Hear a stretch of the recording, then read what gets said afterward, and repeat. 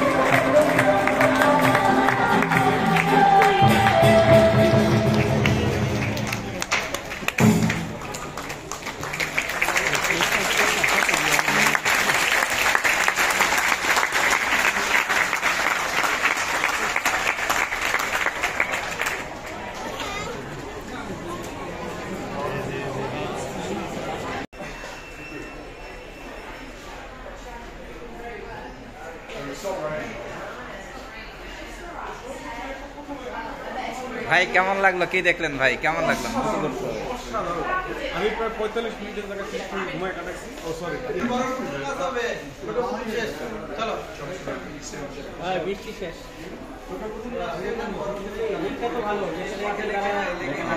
এই শুভ ভাই আপনি নিয়েন $1 করে